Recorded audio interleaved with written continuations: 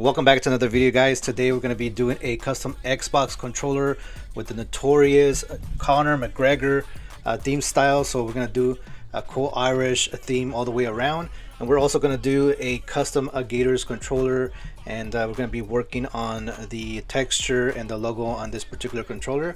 So stay tuned and let's go ahead and get started. And if you guys are new here, my name is Ernie. I customize just about anything from promotional products to one-off gifts like the one we're going to be doing today. But before we start, let's go ahead and clean our airbrush. I did a few cycles in the jewelry machine, the supersonic machine, and I added half water and half totally awesome. You can probably find that at probably Home Depot if you're in Southern California. Some places like Walmart may have it. If not, you can probably use something like Windex or any type of kind of like jewelry cleaner. So I just let it in there for a couple of cycles and made sure everything was dry before I reassembled. I normally don't clean it every single time like this. Right after every project, I run a lot of water through the airbrush and make sure there's no paint in there, and I just kind of leave it like that.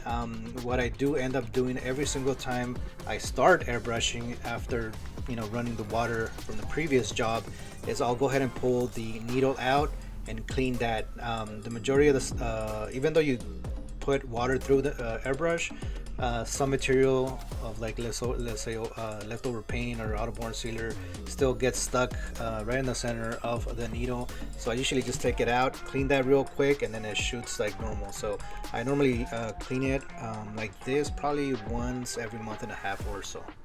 I've always used either automotive grease, like we're doing now, automotive oil or compressor oil. I've never had the chance to buy the specific airbrush lubricant. Not really sure what the difference is, but I've never had a problem with the stuff that I'm using now. I simply just add it to the trigger and also where the spring goes in the back, and that's about it. So you will be seeing two different controllers. The one that we're working on now is the Xbox Conor McGregor. On the right hand side you'll see it's a PS5, and that's going to be the Gators. So mind you, we're going to be going back and forth and working on those because we are using similar colors. So let's go ahead and do them both. These have already been prepared. If you want to see my previous videos, I show you how I prepare and seal the controller before adding any type of color. This time around we've already pre-sanded and we're going to be putting out-of-born sealer. The center of it, we're going to keep it white, which is the actual color of the plastic, and this is the first time I'm doing this just to take advantage of that white color. There's nothing special to it. We're going to be applying some custom water decals in the center, so I think just doing it this way saves us a little bit of time.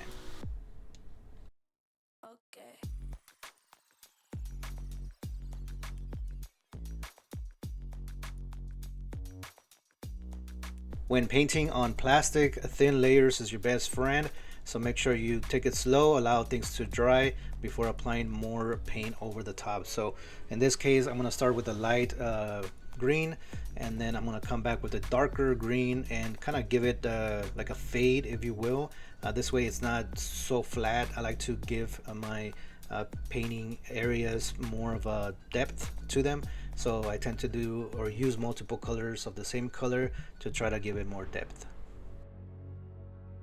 Let's switch to the Gator, and so what we're doing now is I want to texturize the overall background, if you will, of the controller. This is going to be like a gator skin type of pattern, so I'm just throwing a variety of different color greens, and then I'm going to apply this technique to give it more texture.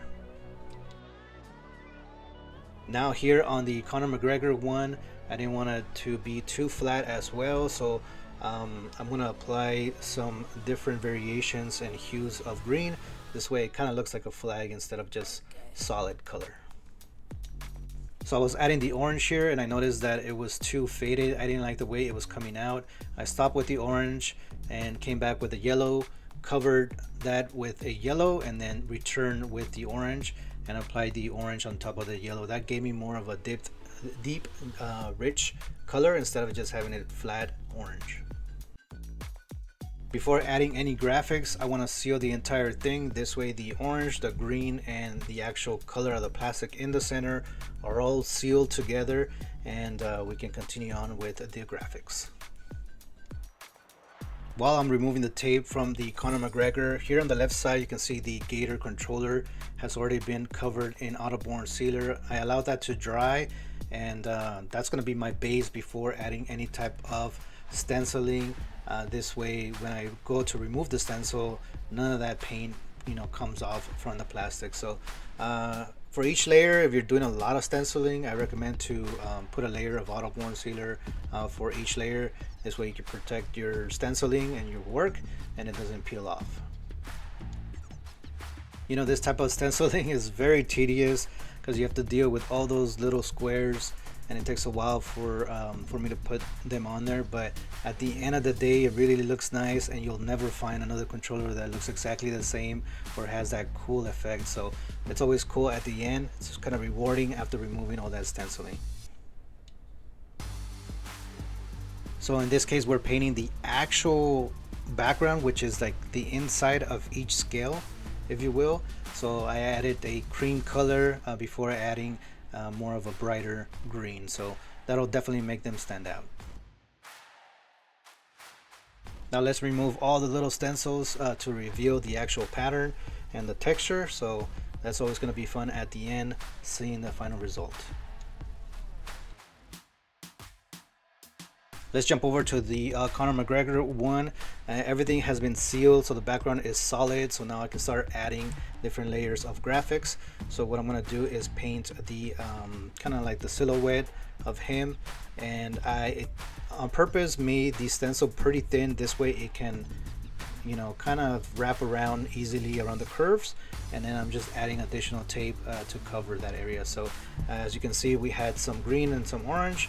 I wanted to continue making everything white before I added the dark gray on there. I didn't want to make it too flat as well, so I added a little bit of shadowing on the figure itself, on the silhouette. This way it gave it a different dimension.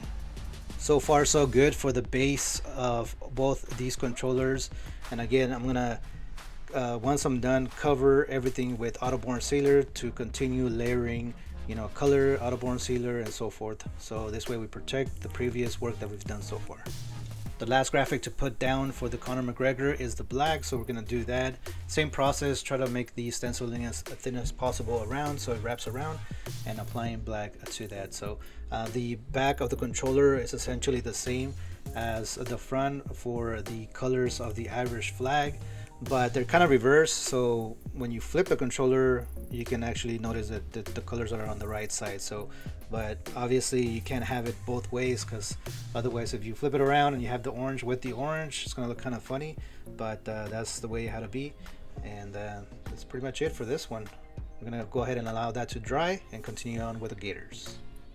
We tried our best to get all the details onto the logo, but sometimes there's too much detail in the logos that we get, so we're not able to actually airbrush them. And then so the other solution is to use water decals to apply it to the controller. It's thin enough where we can clear it and it looks really nice. This is our kind of like our second time using water decals. We ended up buying a small printer, and it has been able to help us out on these two projects. This is a quick way to get graphics onto your controller. The only issue is that you're limited to how much you can move the water decal. So you have to be very careful with that. You put it exactly where you need it to be. So in this case, we created a white base for this clear water decal, and it was kind of difficult to get it aligned. So that's something that we have to practice on for the next controller. But you can see on this Conor McGregor one, it turned out really, really nice. Well guys, that's going to be it for this video. All we got to do is a little bit of cleanup on this Gator controller. Let me know what you guys think of these two controllers. I think they came out really, really cool. And if you want something custom like this, go ahead and let me know. In the description, you're going to find a link to Instagram. You can direct message me if you want to get something cool like this. and you want to collab with Custom Controllers and I want to leave a link in the description as well for Johnny at Custom Controllers. Make sure you let him know that you want us to collab and you want me to work on your controller. For now, that's gonna be it for this video, and I'll see you guys on the next one. Take it easy for now. Bye bye.